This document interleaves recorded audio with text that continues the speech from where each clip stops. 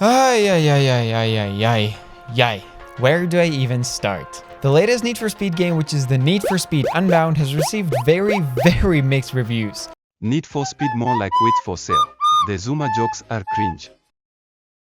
Car. And I see especially the bad ones. Just look at the comments under my video about a Need for Speed Underground 2 remake, which is not even a relevant topic. There are of course two camps of people, as seen with technology, politics, religion, and basically everything in this world. Haters say that Unbound is a dog shit of a game that was never supposed to be bestowed upon this world. The pro-Unbounders say it's a nice change from the mainstream and that it feels like Need for Speed is underground again and it defies mainstream. Although, just look at any rapper from 2018 onwards and it's basically indistinguishable. On the other hand, the haters agree that Unbound is not a real Need for Speed game like Underground's or Most Wanted. And the main point of this video is to answer this very question. Is Unbound a real, proper Need for Speed? Is it worthy of the Need for Speed name? Let's take a deeper dive into this. Now, whether you're a pro-Unbounder or an Unbound hater, I want you to try and reset your mind to neutral as much as you can.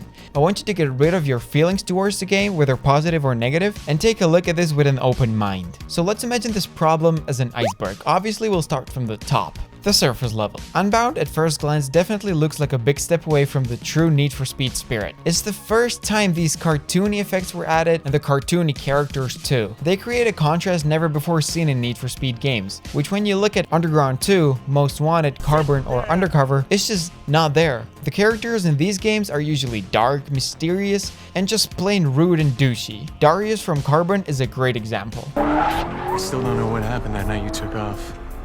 But I do know you're into me now for some serious cash. You don't see much of him, and when you do, it's in the night and he's all covered up. He mostly talks to you surrounded by his crew, and when you talk alone, it's about dangerous business and hundreds of thousands of dollars. He also pretends to be your friend at first, but it's eventually uncovered that he was the asshole all the time. Overall, he's mysterious, covered up, and gives an impression of power and fear.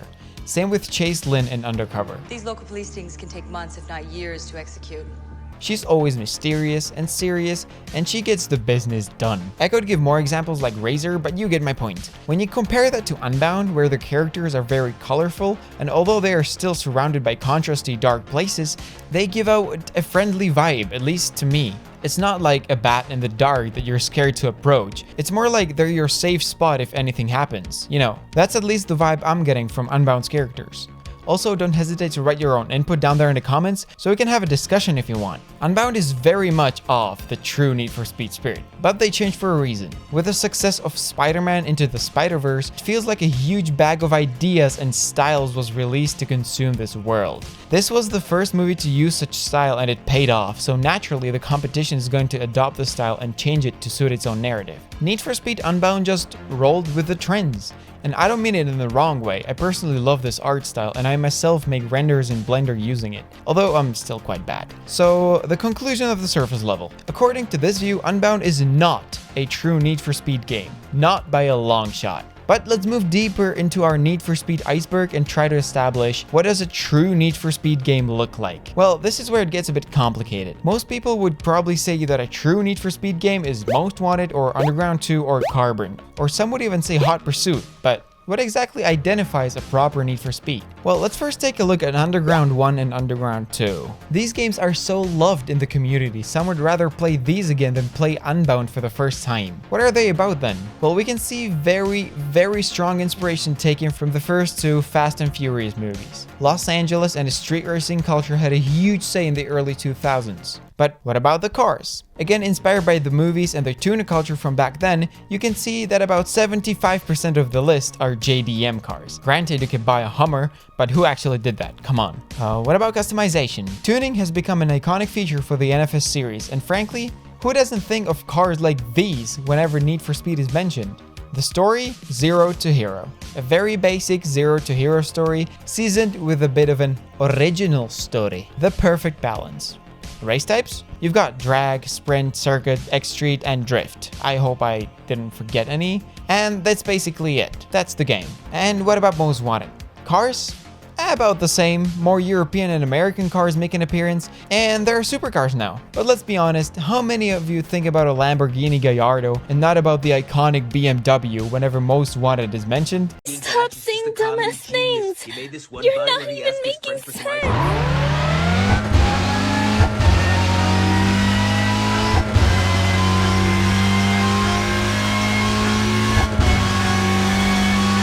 Yeah, thought so. The race types are very similar, but now they happen during the day and there's police, a feature that added an extra flavor that undergrounds were missing. Apart from that, the rest is just similarities. A zero to hero story, an over evil villain, yada yada. Carbon is essentially the undergrounds and most wanted combined. Similar cars, zero to hero story, etc, etc, etc. So far we have established that these 4 games, which were the ones that made Need for Speed so popular, all have a very similar undergroundish, tuning, zero to hero, the police, street racing kind of vibe. This is what is considered to represent the true Need for Speed spirit. We could draw the line here and say that every Need for Speed game could be judged by these requirements, and if it doesn't fulfill all of them, it's not a proper Need for Speed. But of course, that just sounds stupid.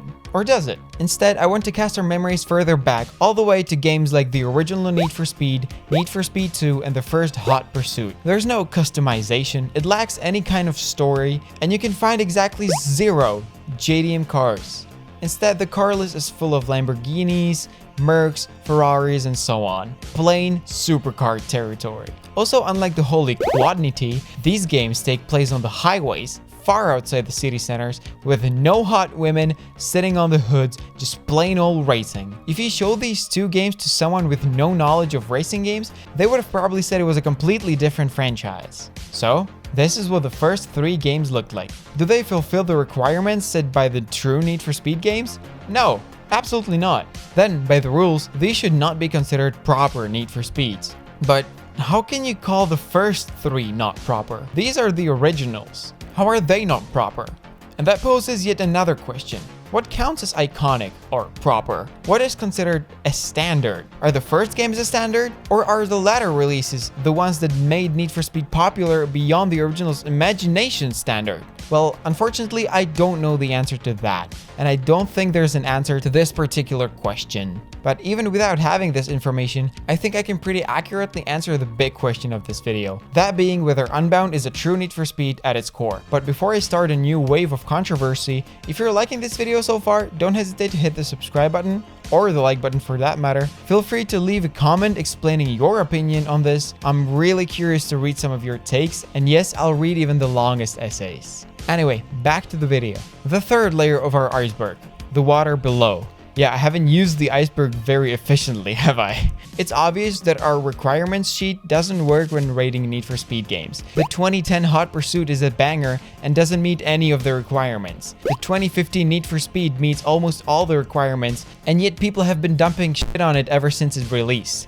My conclusion is, and hear me out now, Need for Speed is a franchise that changes with the current trends in the automotive community and the film industry. It heavily relies on what's popular to deliver an authentic experience.